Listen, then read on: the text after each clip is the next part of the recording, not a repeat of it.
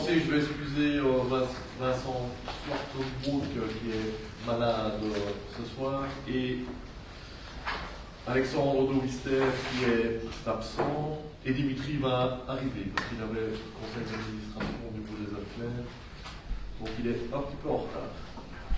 Et bien nous allons directement commencer au point de l'ordre du jour, le budget ordinaire et extraordinaire. Éric, je te passe la parole.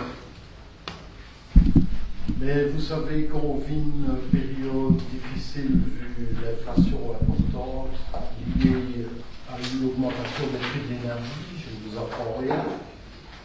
Cela évidemment entraîne des conséquences pour notre budget, avec une augmentation des dépenses de fonctionnement de 297 000 € par rapport au budget 2022, puisqu'il faut y intégrer évidemment ces augmentations du coût de l'énergie, mais aussi du coût des matières et des matériaux, qui suivent aussi l'augmentation de l'énergie. Alors cette inflation n'a pas que des conséquences sur le fonctionnement, mais aussi sur les dépenses de personnel, qui doivent suivre l'indexation automatique des salaires, ce qui nous fait une augmentation de 650 000 € par rapport au budget précédent.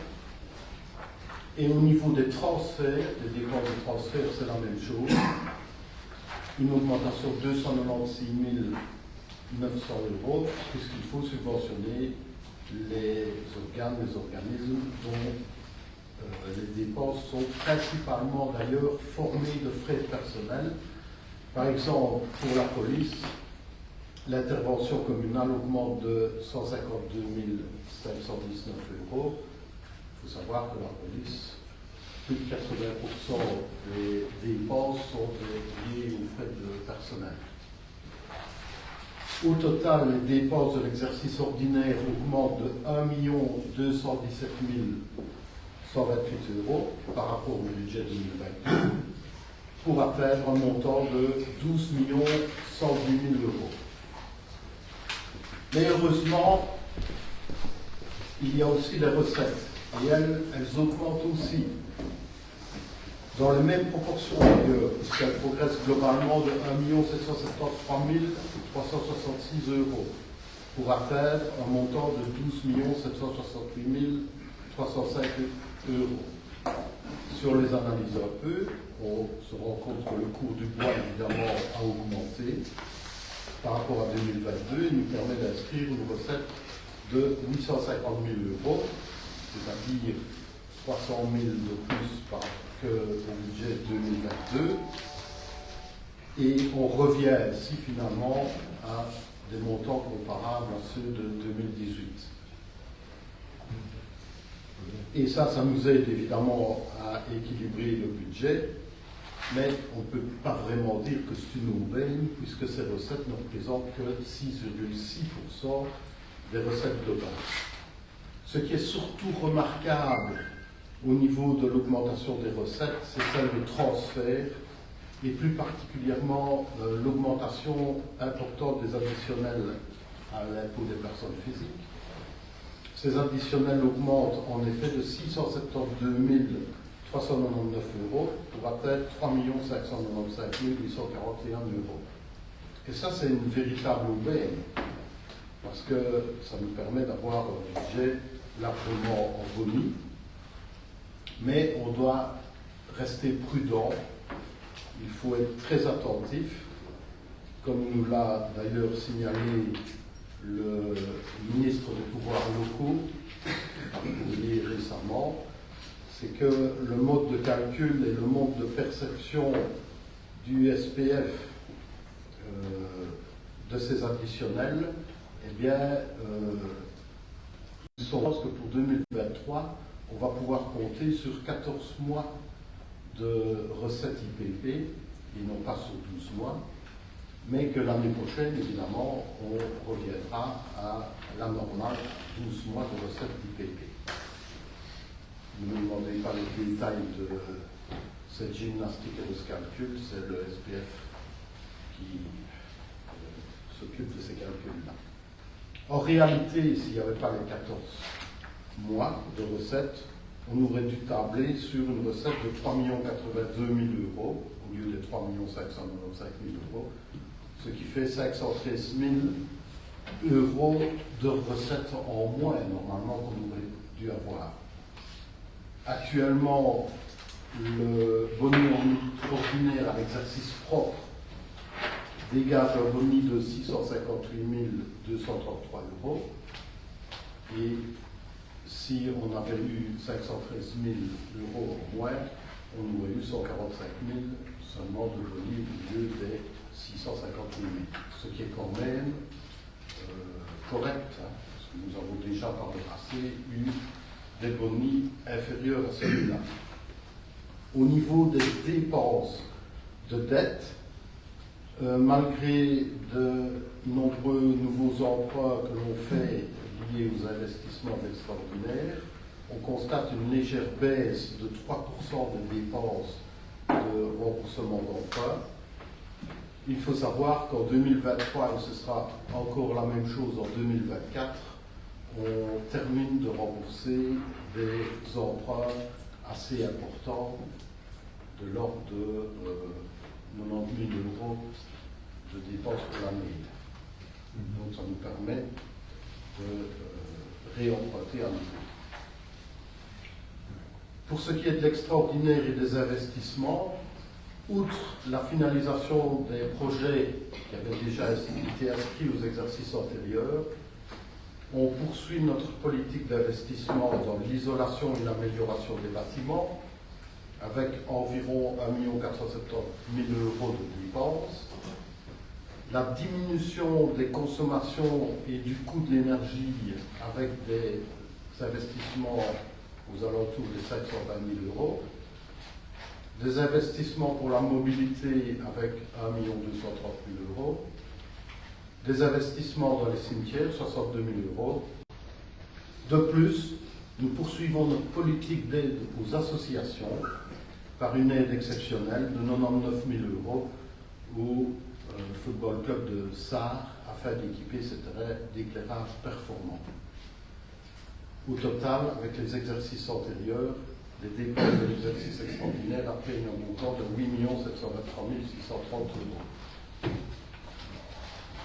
Alors, avant de conclure cette présentation, j'aimerais vous demander de modifier quand même un article, parce qu'en vérifiant les différents articles, je me suis rendu compte qu'on avait un peu trop réduit un article, qui est un article de fourniture d'électricité pour l'administration communale.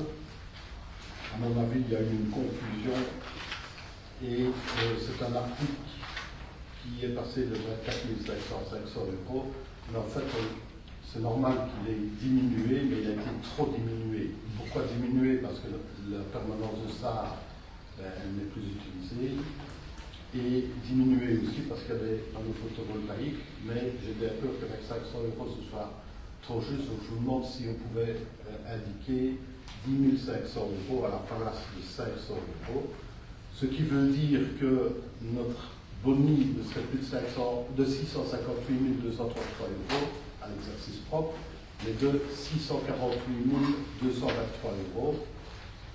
Et le boni général, avec les exercices antérieurs, ne serait plus de 796 935 euros, mais de 786 935 euros. C'est en tout cas avec ces chiffres-là que je vous demande de passer ce budget. Voilà, je ne sais pas si vous avez des questions, des remarques. Avez-vous des questions? Oui, Monsieur le Bourgmestre, Monsieur le Chevin, chers collègues, la réaction du groupe Choisir Ensemble se décline en deux parties. Nous ne voterons pas pour votre budget, vous vous en doutez. En effet, comme les années précédentes, il est le reflet de votre politique frileuse, pensons-nous, ce qui n'est pas le cas d'autres communes dans notre arrondissement pourtant similaires à la nôtre. À titre d'exemple, quelques lignes budgétaires suscitent notre inquiétude, notamment la crainte peut-être de la perte de certaines tranches du PIC dans le cadre des travaux de la maison communale de Sarre, ou encore la recette extraordinaire du PIMACI qui, en partie, ne sera pas utilisée aux fins souhaitées par nos concitoyens. En revanche, Nous ne voterons pas non plus contre votre budget, vu les circonstances exceptionnelles, indépendantes de notre volonté, que M. Richevin vient de nous expliquer. Il y a bien sûr l'inflation très importante, provoquée par l'augmentation des coûts de l'énergie, l'explosion des dépenses de fonctionnement, les dépenses de personnel, sans oublier, vous l'avez dit, le coût des transferts. Rien que pour la police, je prends votre exemple, l'intervention communale augmente de 152 000 euros. Pour toutes ces raisons, et à titre exceptionnel, nous voterons l'abstention. Il s'agit là d'un vote responsable du groupe Choisir Ensemble. Juste une petite chose. Tu ne peux pas développer un petit peu tes craintes par rapport au PIC et au PIMACI? Alors, concernant le PIC, en fait, si les travaux de la maison Ménage de Sarre ne commencent pas au cours de l'année 2023, nous risquons de perdre certaines tranches du PIC. Mais c'est dans l'hypothèse où les travaux ne commenceraient pas cette année. Je ne vois pas pourquoi ils commenceraient pas. Non, mais enfin, c'est une hypothèse. Oui, mais enfin, oui, bon, d'accord, ok, c'est juste une hypothèse. Et le PIMACI? Alors, concernant le PIMACI, nous faisons simplement remarquer, que nous l'avons déjà fait, que selon nous, le PIMACI prévoit certains travaux qui n'ont pas été souhaités, comme ça a été expliqué, je vous ai pas souhaité par certains habitants de notre commune. Et tu en conclus quoi? Si certains citoyens ne sont pas d'accord de certaines dépenses, qu'est-ce qu'on va devoir faire? Si je suis ta logique, ce qui veut dire qu'on ne va rien faire, parce que les citoyens ne sont pas d'accord d'investir dans certains domaines. C'est ça que tu veux me faire admettre? C'est simplement, mais nous l'avons déjà dit, et M. Laurent l'a dit l'autre jour de l'intervention citoyenne, c'est un choix politique que vous avez fait suite à un appel d'offres de la région Relève auquel vous avez répondu. Donc maintenant, Oui. oui. Bon, le PIMACI, il a été déposé, on n'a toujours pas le retour, donc on ne sait pas comment il va être accepté. Mais dis-toi bien que je ne sais pas si on va laisser des subsides de côté. Vous l'avez déjà dit au conseil précédent. Oui, je l'ai déjà dit. Oui. Merci. Éric, tu as quelque chose à dire? Didier, tu disais. Oui, j'aurais quelques questions. D'abord, au niveau du boni, effectivement, on a un boni assez élevé cette année, mais j'ai constaté qu'il n'y a pas de prélèvement pour le fonds de réserve extraordinaire. L'année dernière, il y avait un prélèvement qui était prévu de 700 000 euros, auquel on a ajouté 1 million qui a été repris sur le budget CPS. Donc, on a effectivement un boni, mais il n'y a pas d'argent qui est mis de côté. À quoi est-ce qu'on va affecter? Mais je ne sais pas si tu avais regardé à la modification budgétaire, on avait prélevé énormément pour financer l'extraordinaire. Et donc, lorsque. Le prélèvement de l'année passée va couvrir cette année. Exactement. Tout à fait. Et donc le budget le boni, pardon, qui est maintenant avec les exercices antérieurs, presque 800 000 euros, il va rester en boni pour éventuellement l'année suivante. Oui, sauf pour tout ce qui concerne l'exercice propre, évidemment. Oui. Donc ça veut dire que de ce boni global, on pourra prélever pour augmenter, pour financer les dépenses de l'extraordinaire sans prélèvement, sans emprunt. Parce que c'est les prélèvements que l'on fait sur l'ordinaire pour financer l'extraordinaire, c'est sur le boni cumulé. Mais le boni cumulé n'est pas, on ne sait pas l'utiliser pour l'exercice. Il faut d'abord le mettre en prélèvement. Bien sûr. Quand on fera le budget 2024, si on peut prélever, c'est sur cette somme-là qu'il faut le prélever. Suite au départ de la Poste, nous avions proposé d'étudier la possibilité de réintégrer la bibliothèque de Sarre dans le bâtiment du CPRS qui va être reconstruit. Nous constatons que le budget est maintenant passé à 423 500 euros. Et donc, je suppose que ça veut dire que vous maintenez le projet de construire un tout nouveau bâtiment pour la bibliothèque. Et deuxième question, le budget en 2022 prévoyait 275 000 euros, maintenant on est passé 400 000. Qu'est-ce qui fait cette Le budget pour la bibliothèque de Sarre? Le budget pour la bibliothèque de Sarre, il suit l'évolution du coût des matériaux, du coût du personnel et des remises de prix possibles, de l'estimation faite par l'auteur de projet.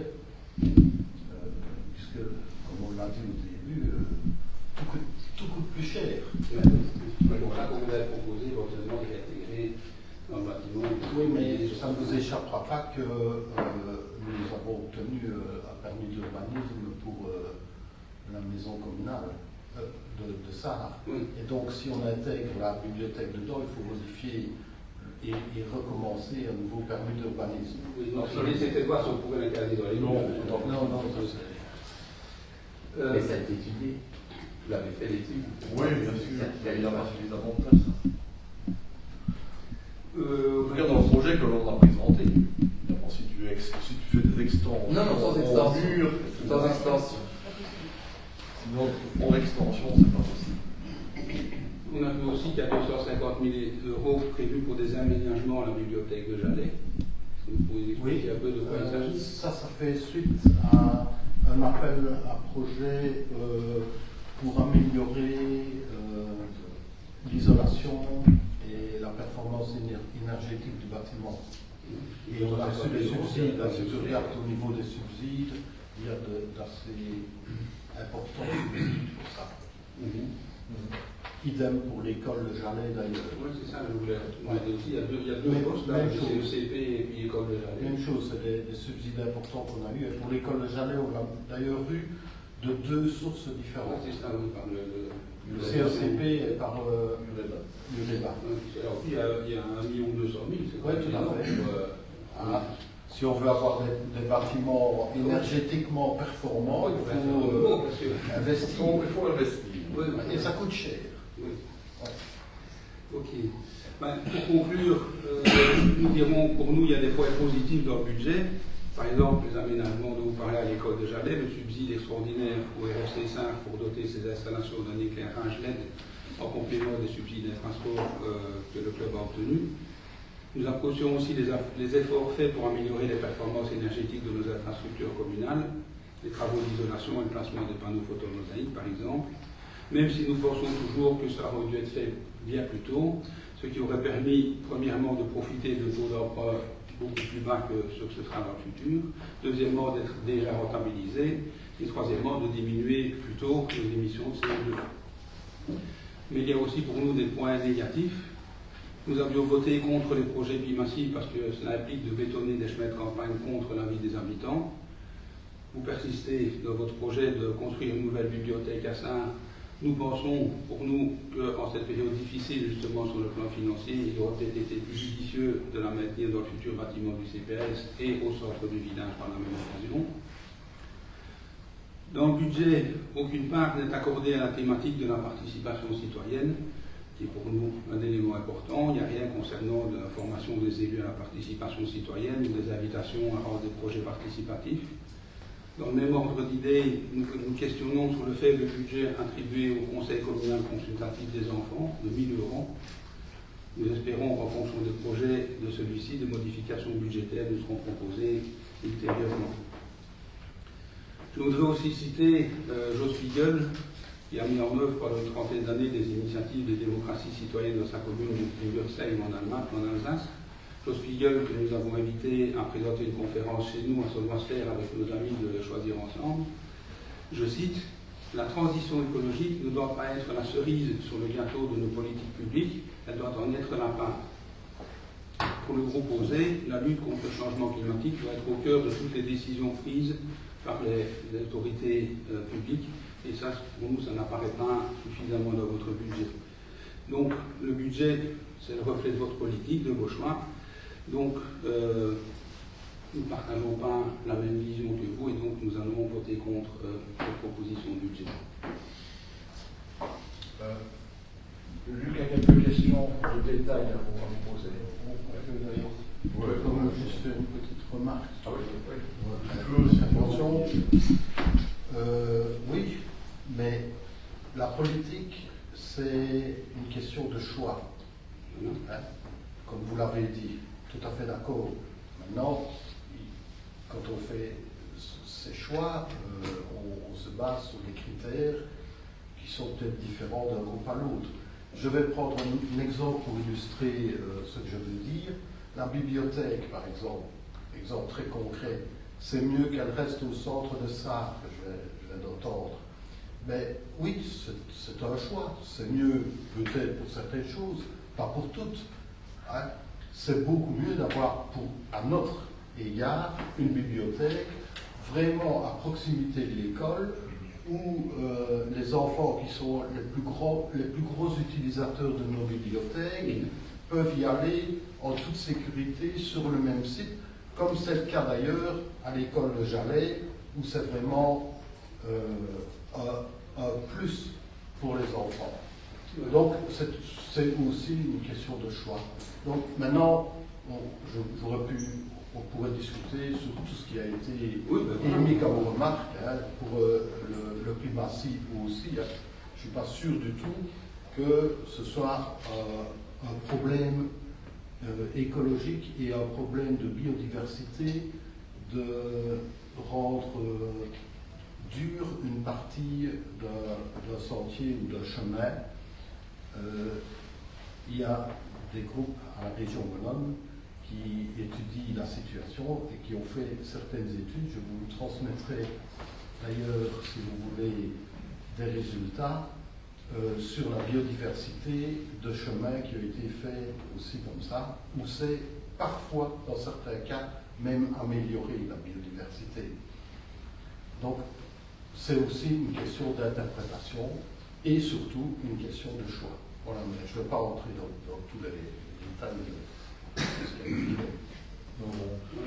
Donc au niveau de la bibliothèque, on en a parlé avec les citoyens, des habitants de ça, et c'est vrai que certains disent c'est bien que ce soit à côté de l'école, d'autres parents trouvent aussi que c'est bien qu'on fasse en quelque sorte une sortie, on sort de l'école, on va à la bibliothèque.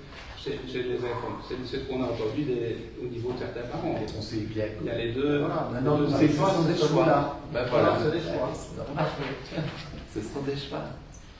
Alors au niveau des économies d'énergie, on est bon, comme vous dites, on a investi depuis 10 ans, on va essayer de faire le bilan à jour des millions d'euros qu'on a déjà investis en économie d'énergie et en économie sur les bâtiments et en photovoltaïque, etc. Vous allez tomber net là parce qu'à mon avis, il n'y a aucune commune qui a investi ce qu'on a investi dans les bâtiments communaux pour les économies d'énergie.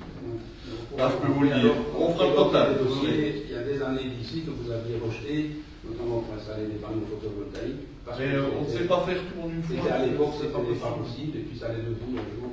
On ne sait pas tout faire. Et si on revient sur les panneaux photovoltaïques, vous allez m'expliquer aussi les fameux investissements qui ont été faits par nos prédécesseurs sur des panneaux photovoltaïques qu'on a placés avec un tiers investisseur, où on n'arrive pas à récupérer l'utilité et où on voudrait bien mettre des panneaux performants, etc. Et on ne sait pas, et des panneaux supplémentaires, etc. Et c'est super compliqué. Donc voilà, rien n'est simple et rien n'est jamais parfait. Il faut bien vous le dire. Mais en économie d'énergie, il y a peu de communes qui ont évolué et qui ont avancé comme nous. Mais la critique, vous avez raison de le dire, mais ce serait mieux de venir avec. On viendra un jour ou dans un futur très proche, on approche des élections aussi en 2024, avec des chiffres d'investissement que l'on a fait dans les économies d'énergie et dans la mobilité douce, etc. Vous verrez que c'est assez surprenant. Mais voilà. Oui, pardon. Oui, dans des questions plus spécifiques.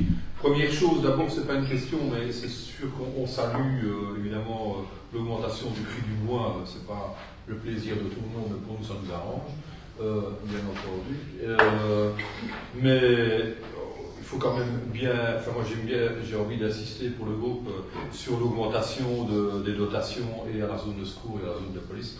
Quand on se dit qu'on a une augmentation d'environ 160 000 euros en prévision, il serait temps que ça ne dure pas X années, parce qu'à un moment donné, on va se demander comment on va faire. Tellement c'est conséquent. C'est ce qu'on a dit au moment où on a entamé la démarche, on a été obligé de le faire, il y a des années. C'est vrai qu'on commence à atteindre des sommes qui sont importantes. Voilà. C'est juste une parenthèse, simplement pour dire, pour bien marquer avec la majorité aussi, le fait que c'est une préoccupation quand même, cette augmentation de dotation, parce que c'est significatif, ce n'est pas des petites sommes. Bon, alors j'ai ici 7 questions. La première, c'est à la page 12 concernant les assurances. Donc c'est... est-ce que tu préfères que je lise les articles ou la page, ça suffit? Page 12, oui. Ok. La question c'est de savoir, il y a quand même une petite, même si les sommes ne sont pas extraordinaires, il y a j'imagine que vous avez renégocié des assurances. Il y a quand même, on passe de 15 000 à 20 000 pour les assurances en RC commune et on quasi double celle sur les biens immobiliers. Par contre, on diminue sur le charroi. Sur le charroi des véhicules, est-ce que c'est une renégociation des assurances ou... C'est les marchés qui sont faits régulièrement et voilà, les offres qu'on Et voilà, les offres, quoi. Les offres là. Ok, C'est voilà. le marché qui vient d'être fait. Ouais, il y en a Il y a quelques mois. On en avait parlé, je pense. Le marché qui rentre au 1er janvier, qui sera applicable le 1er janvier. Ok, d'accord. Voilà, c'est simplement pour être clair dessus. À la page 16, il y a évidemment, quand on regarde au milieu de la page, donc 104, 111, 01, à partir de cet article-là, quand on voit le traitement du personnel communal et puis rémunération du personnel APE, il y a une double question, c'est est-ce que la diminution du traitement qui est aussi significative. Je vais répondre dessus parce que je comprends ta question. Voilà. Le personnel communal, c'est le personnel statutaire, tandis que le personnel APE, c'est des contractuels. Et alors, il y a des statutaires qui terminent leur carrière et ils sont remplacés par des contractuels. Ok, c'était ma question. Avec peut-être une influence du poste d'EDF qui ne pourrait pas être, ce n'est pas encore... C'est le temps. C'est le temps, d'accord. C'est l'analyse qu'on avait reçue tout simplement. À la page 18, il y avait un étonnement de voir une diminution, tant mieux, une diminution drastique des frais de la gestion du parquet informatique et on passe de 89 000 à 10 000. Non, ce n'est pas du tout une diminution, c'est qu'on a divisé ces frais-là en deux articles. Ok, Attends, ouais. je te les retrouve. Tu as... C'est les frais de téléphone que tu dis là? Non, frais de la gestion du parquet informatique. Oui, ça passe. Donc on a séparé les dépenses de logiciels des dépenses d'acquisition de logiciels des dépenses de fonctionnement. Ah, ok, d'accord, ça va. Et donc tu vas voir... Ici, on serait dans les logiciels, alors le 10 000, c'est la l'acquisition oui. logicielle. Et tu vas voir un autre article. Et c'est la même chose pour le téléphone. Hein. Si tu regardes à la page 20, le 104.02, 123.13, bien celui-là, tu vois, il y avait hier précédemment, Ouais, tout à fait. et ici, il y a 86 600. D'accord. Donc, il y a quelques articles comme ça qui ont été un peu réorganisés pour que ça corresponde mieux à la réalité. Oui. Et si tu regardes au niveau de l'énergie, par exemple, avant, les dépenses d'énergie pour les bâtiments étaient cumulées avec les dépenses d'eau. C'est un article dépenses d'énergie et d'eau pour les bâtiments. Pour que ce soit plus clair et plus représentatif, on a séparé les dépenses d'énergie et les dépenses d'eau. C'est ça que tu vois apparaître parfois, des nouveaux montants. D'accord. Tiens, ils n'utilisaient pas de l'eau avant, si c'était regroupé avec un autre travail. Ok, ça va. L'achat de logiciels, c'est des redevances qu'on paye. Oui, c'est la bonne Oui, la C'est cher. Ouais, c'est cher. Et téléphonie, c'est la même chose, puisqu'il y a le téléphone analogique et le téléphone numérique. Et donc là, on a séparé ça. Ok. Justement, à la page 20, je me suis demandé ce qui étaient les... Enfin, comment on expliquait les frais administratifs retenus pour la perception de la taxe additionnelle à l'IPP. Pourquoi est-ce qu'on passait d'une somme qui était, semble-t-il, pendant 2 ans assez similaire, avec une augmentation de 7 000 €. Mais d'abord, ça, c'est un montant qui nous vient du SPF Finance, qui est évidemment lié à la recette à l'IPP. Mais comme la recette est sur 14 mois, comme je l'ai expliqué au début, donc évidemment, les frais administratifs seront plus élevés aussi. Ok, d'accord, tout à fait compréhensible. Alors, à la page 28, là, je dois avouer que je ne sais pas ce qu'est une cotisation de responsabilisation. Alors, la cotisation de responsabilisation, comme on a de moins en moins de statutaires, d'employés statutaires. Et qu'il y a de plus en plus, et que les pensions coûtent de plus en plus cher. Ben, les communes, et c'est valable pour quasi toutes les communes, puisque toutes les communes font comme ça, Exactement. eh bien, doivent payer une cotisation de responsabilisation parce qu'il faut pouvoir financer les pensions des statutaires et ce n'est pas la même caisse que pour les pensions des contractuels, ce n'est pas les mêmes montants non plus. Et donc, on doit, mais ça c'est un problème qui existe déjà depuis quelques années. On avait d'ailleurs reçu les deuxièmes piliers de pension que l'on finance, ça permet d'ailleurs de réduire cette cotisation de responsabilisation. Okay. C'est pour ça que si tu regardes la page en face avec les recettes, on avait eu une aide de la région wallonne pour entrer dans ce système-là, pour limiter cette cotisation. Maintenant, ce qui paraît étonnant, c'est que ça passe de 24 000 à 50 000 à 118 000. Ouais, c'est ça. En fait, le compte, les deux 50 000 et 118 000, c'est des budgets, ça. Oui, tout à fait. Et le compte, c'est 24 000. Et en fait, on se rend compte, on ne sait pas pourquoi, on a déjà demandé, mais c'est comme ça. C'est des montants qu'on nous impose d'inscrire. C'est un peu. Et on se rend compte qu'en cours d'année, ben, c'est jamais atteint et c'est toujours plus bas. Et donc, Ce sera la même chose. c'est 50 000, quand ce sera le compte 2022, on verra que ce sera plus bas. Et le 118 000, quand ce sera le compte 2023, on verra que ce sera plus bas aussi. Ok. Merci. On l'espère. Ben, Oui, on espère. en tout cas, c'est comme ça se fait chaque année, depuis le début. Donc, ça continue comme ça. On va continuer comme ça. Exactement. À la page 38, au sujet, il y a une augmentation sur les frais de fonctionnement de l'éclairage public. Est-ce que ça correspond au fait qu'il faut encore installer des... Non, c'est l'estimation du coût malgré le fait que l'on a une commune.